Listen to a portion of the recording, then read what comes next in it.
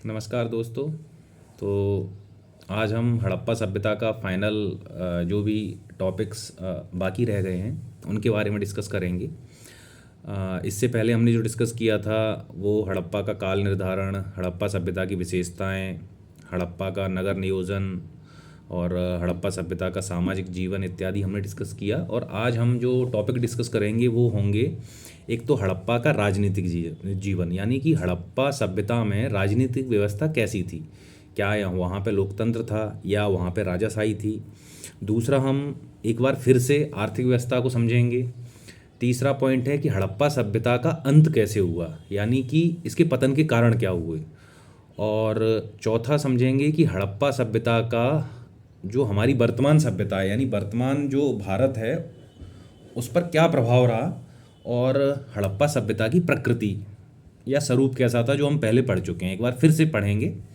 तो सबसे पहले हम बात करते हैं हड़प्पा सभ्यता की राजनीतिक व्यवस्था। तो राजनीतिक व्यवस्था की जब हम बात करते हैं तो हम बात करते हैं कि वहाँ पे राजतंत्र था कि लोकतंत्र था, यानी वहाँ बेसिकली जो शासन व्यवस्था थी या जो जो सभ्यता थी, यानी जो पूरा राज्य था या जो देश था, उसका संचालन कैसे होता था। जैसे आज हम देखते हैं कि संविधान के अनुसार देश का संचालन होता है। मुख्य अपना प्रधानमंत्री होता है, राष्ट्रपति होता है, मंत्रिमंडल होता है। तो हमारे यहाँ पे क्या है, लोकतांत्रिक शासन व्यवस्था है, जिसमें जनता अपने जो शासन करने वाले लोगों को या प्रतिनिधियों को चुनती है। तो जब हम हड़प्पा सभ्यता की बात करते हैं तो वहाँ पे जो साक्ष्य मिले हैं उनसे अभी तक पूर्ण रूप से तो ये पता नहीं पड़ा है कि वहाँ पे राजतंत्र था कि जनतंत्र था, लेकिन ये निश्चित पता पड़ा है, यानी जो निष्कर्ष निकले हैं, कि जो शासन व्यवस्था थी वो वणिक वर्ग के हाथ में थी। अब ऐसा क्यों कि वणिक वर्ग के ही हाथ में? क्योंकि हड़प्पा सभ्यता में व्यापार के बहुत ज़्यादा साक्ष्य मिले हैं, और व्यापार के साक्ष्य मिलने से ये समझ में आता है कि कहीं ना कहीं जो वणिक वर्ग यानी बनिया वर्ग, जो यानी बिजनेस करते हैं, जैसे आज के गुप्ता हैं, अग्रवाल हैं या जैन हैं, ये बेसिकली बिजनेसमैन लोग होते हैं। तो कहीं ना कहीं इस टाइप के लोग जो थे, यानी वणिक वर्ग जो था, वो शासन व्यवस्था चलाता था। साथ में हड़प्पा जो सभ्यता है या सिंधु घाटी सभ्यता है, उसकी दो राजधानी थी, जिनको जुड़वा राजधानी बोला जाता है।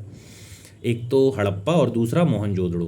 तो संभवतः यह कहा जा सकता है साक्ष्यों के अनुसार कि दोनों जगह से शासन व्यवस्था चलाई जाती थी। और इसके अलावा जब हम नगरीकरण की बात करते हैं तो हड़प्पा सभ्यता में हम देखते हैं कि नगरों का प्रथम विकास भारत में हड़प्पा सभ्यता में हुआ। तो जब नगर विकसित होंगे और नगर नियोजन की इतनी अच्छी व्यवस्था होगी, इतनी शानदार व्यवस्था जो आधुनिक स्मार्ट सिटी को भी फैल करती है, तो कहीं ना कहीं सत्ता का विकेंद्रीकरण होगा। क्योंकि अगर नगर पालिका जैसा अगर सिस्टम वहाँ नहीं रहा होगा तो इतने अच्छे नगर, इतने सुनियोजित नगर हो ही नहीं सकते। क्योंकि केंद्र नगरों को नियोजित पूर्ण रूप से नहीं कर सकता। जैसे आज के ज़माने में हम देखते हैं नगर पालिका है या नगर निगम है, जैसे इंदौर, कितना साफ शहर है, कितनी अच्छी सड़कें हैं वहाँ की, या सूरत है। तो इन साफ सफाई को, रोशनी व्यवस्था को, मनोरंजन के साधनों को, सड़कों की मरम्मत को, ये कौन लागू करता है? नगर निगम या नगर पालिका, यानी स्थानीय जो संस्था होती है वो उसको लागू करती है। तो इस तरीके से हम कह सकते हैं कि जो हड़प्पा सभ्यता में जो सत्ता का विकेंद्रीकरण होता था, जैसे आज के ज़माने में हम देखते हैं केंद्र सरकार होती है, फिर राज्य सरकार होती है, फिर स्थानीय शासन होता है, जैसे पंचायतें हैं, नगर निगम है। तो राजनीतिक जीवन पढ़ने के बाद हम देखते हैं सिंधु घाटी के पुरुष देवता। ये बहुत अच्छा टॉपिक है कि एक जो मोहनजोदड़ो में एक सील प्राप्त हुई, सील मतलब एक मोहर प्राप्त हुई, और वो टूटी है साइड से हल्की सी, और उस पर एक बंदा बैठा हुआ है। बंदा मतलब अब उसको हम ईश्वर भी बोल सकते हैं, योगी भी बोल सकते हैं, यानी एक इंसान बैठा हुआ है और वो पद्मासन में बैठा हुआ है। पद्मासन मतलब पालती मार के और एकदम हाथ ऐसे करके सामने, और पूरा एकदम रीढ़ की हड्डी सीधी।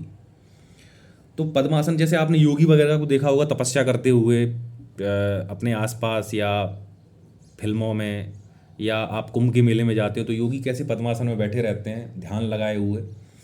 तो पद्मासन में एक योगी बैठा हुआ है, यानी एक इंसान बैठा हुआ है, और उसके चारों ओर कुछ जानवर हैं, जैसे कि हाथी है, गैंडा है, भैंसा है और बाघ है।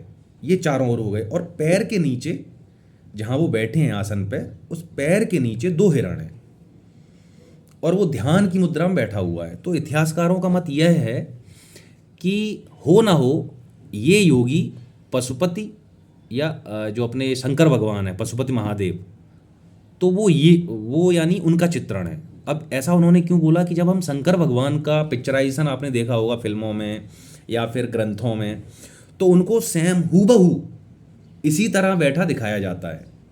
तो यहाँ से यह निष्कर्ष निकलता है कि ये जो मोहर पे जो चित्र बना हुआ है या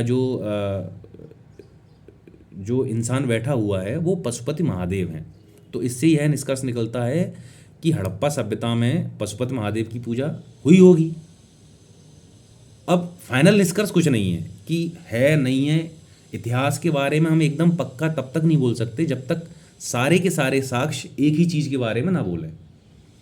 अब हम तीसरी बात करते हैं हड़प्पा सभ्यता के पतन के कारण, कि इतनी बड़ी सभ्यता जो अपने पूर्ण विकास की अवस्था में यानी 2500 ईसा पूर्व से लेके 1750 ईसा पूर्व तक, यानी उसका जो पूर्ण विकास का काल था, और एकाएक वो ख़त्म हो गई, यानी उस काल के बाद उसके कोई अस्तित्व तो नहीं रहा।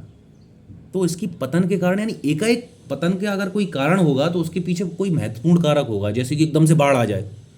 यानी मान के चलो कोई शहर है, अब जैसे कोई शहर अगर अपन लेते हैं जैसे दिल्ली है। अब दिल्ली जमुना जी के किनारे बना है, यानी जमुना जी बीचों बीच से ही निकलती है लगभग दिल्ली से। एकदम से जमुना जी में बाढ़ आए, भयंकर अटूट, इतनी अटूट बाढ़ आए कि पूरी दिल्ली बह जाए, दिल्ली का नाश एकदम विनाश हो जाए। तो बाढ़ हो सकता है एक फैक्टर, क्योंकि साक्ष्य मिले हैं ऐसे कि सिंधु घाटी में बाढ़ आने के साक्ष्य मिले हैं। जैसे आपने ऋतिक रोशन की जो मूवी थी मोहनजोदाड़ो, उसमें आपने देखा कि बाढ़ आई थी मूवी के लास्ट में, ऋतिक रोशन रस्सी से सबको बचा रहा है और एक आदमी लास्ट में वो बाढ़ से मर जाता है, उसके कोई चाचा वगैरह रहते हैं। तो एक कारण हो सकता है बाढ़ का, और उसके साक्ष्य मिले हैं। दूसरा है जलवायु परिवर्तन। जैसे आज हम देखें जो जलवायु परिवर्तन हो रहा है, तापमान बढ़ रहा है, वर्षा कभी कम होती है कभी ज़्यादा होती है, कभी कोई आपदा आ गई जलवायु परिवर्तन के कारण, समुद्र का जल स्तर बढ़ गया। तो जलवायु परिवर्तन के कारण जो पतन हड़प्पा सभ्यता का है या सिंधु घाटी सभ्यता का है वो हो सकता है, यानी ये भी एक कारण हो सकता है पतन का। दूसरा है वहाँ पे सूखा पड़ा हो, यानी सूखा भी बोले तो पारिस्थितिकीय सूखा। तो पारिस्थितिक सूखा में क्या होता है कि जो जैव उत्पादन होता है, जैव उत्पादन में कमी आ जाती है पूरे परितंत्र के। तो इकोसिस्टम के पूरे परितंत्र में उसके जैव उत्पादन में कमी आ जाती है। जब जैव उत्पादन में कमी आ जाएगी तो वहाँ जानवरों के, मनुष्य के खाने के लिए दिक्कत हो जाएगी। तो धीरे धीरे लोगों ने वहाँ से पलायन कर दिया होगा कहीं और जगह पे। तो तीसरा कारण क्या हो सकता है कि भैया वहाँ पे सूखा पड़ा हो। फिर हो सकता है कि भैया भूकंप आया हो, भूकंप के भी साक्ष्य मिले हैं। तो भूकंप आया और पूरा नगर उसमें समा गया। फिर कोई महामारी फैल गई हो, जैसे अभी कोरोना महामारी आई थी, कितने लाख लोग मर गए। अब उस टाइम पे दवा तो होती नहीं थी कि भैया आपने वैक्सीन बनाई और डाली अंदर और सब लोग इम्यून हो गए। तो जड़ी बूटियों से काम चलता था मैक्सिमम। तो हो सकता है कि वहाँ पे कोई महामारी आई हो। फिर हो सकता है कि जो राजनीतिक व्यवस्था हो वो थोड़ी शिथिल हो गई हो, यानी उसमें गतिशीलता में कमी आ गई हो। तो जब राजनीतिक व्यवस्था कमज़ोर होती है तो धीरे धीरे जो राज्य होता है, जो देश होता है, वो ऑटोमेटिक कमज़ोर होता चला जाता है। तो धीरे धीरे लोग वहाँ से पलायन कर गए हों।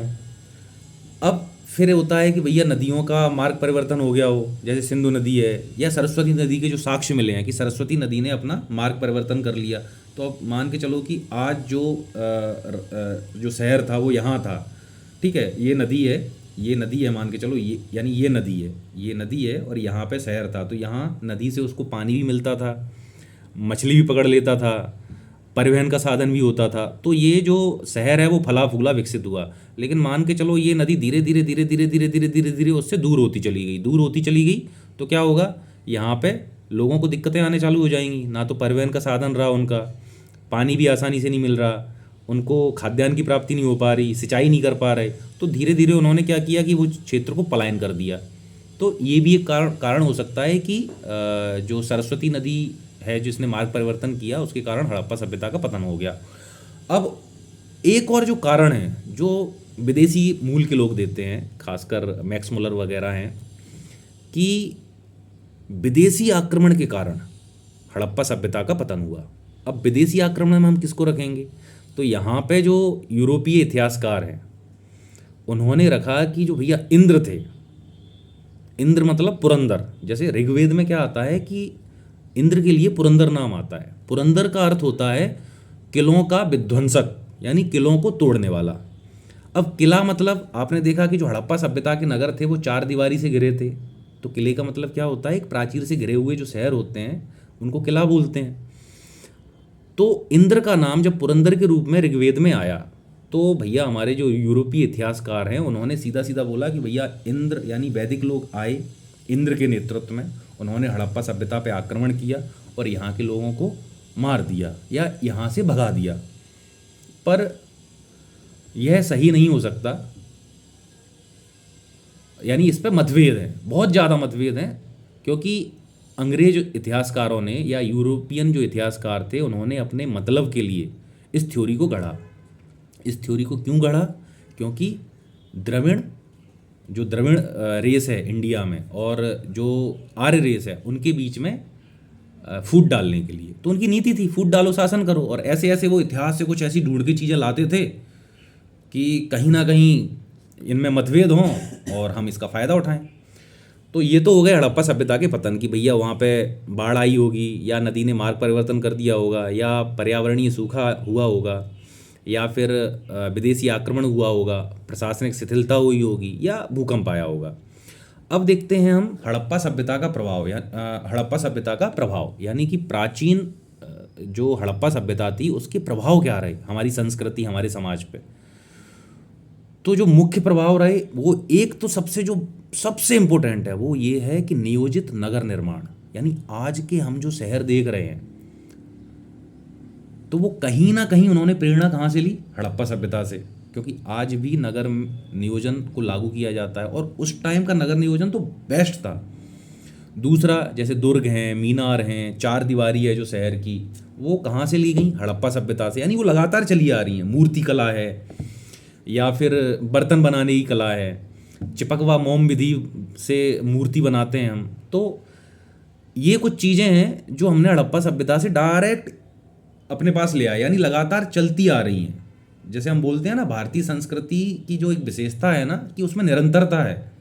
यानी कुछ चीज़ें लगातार चलती हुई आ रही है। जैसे कपास की खेती है, धान की खेती है, समुद्री व्यापार की जो नींव पड़ी थी वो भी हड़प्पा सभ्यता के टाइम पे पड़ी थी। जैसे हम मेसोपोटामिया के साथ व्यापार करते थे, भाई व्यापार। मेसोपोटामिया बोले तो दजला फरात के बीच की जो भूमि थी ना, मेसोपोटामिया, यानी दो नदियों के बीच की भूमि को बोला जाता है मेसोपोटामिया। और वर्तमान में ये कहाँ स्थित है? तो ये है लगभग ईरान इराक वाला जो पार्ट है ना मध्य एशिया में, पश्चिमी एशिया में, वहाँ पे ये सभ्यता हड़प्पा सभ्यता की समकालीन सभ्यता थी। यानी साथ साथ में ये डेवलप हुई थी। इसके अलावा प्रकृति पूजा, जैसे आज हम बरगद की पूजा करते हैं, पीपल की पूजा करते हैं, तुलसी की पूजा करते हैं, लिंग पूजा करते हैं, तो ये सारी की सारी चीज़ें हड़प्पा सभ्यता में थी और जो आज भी हैं। उसके बाद हम अपने जो शव दहन करते हैं कि हम क्या करते हैं कि जब कोई मर जाता है तो उसको जलाते हैं या बच्चे जो होते हैं उनको दफनाते हैं। तो ये कहीं ना कहीं प्रेरित कहाँ से रही हैं? हड़प्पा सभ्यता से। यानी हड़प्पा सभ्यता की ये चीज़ें सेम टू सेम आज भी यूज़ हो रही हैं। तो ये हड़प्पा सभ्यता के प्रभाव हैं। तो आज का जो हड़प्पा सभ्यता वाला जो टॉपिक था एंड होता है इसको, यानी ख़त्म हो गया है। अब कल से हम वैदिक सभ्यता पढ़ेंगे। धन्यवाद।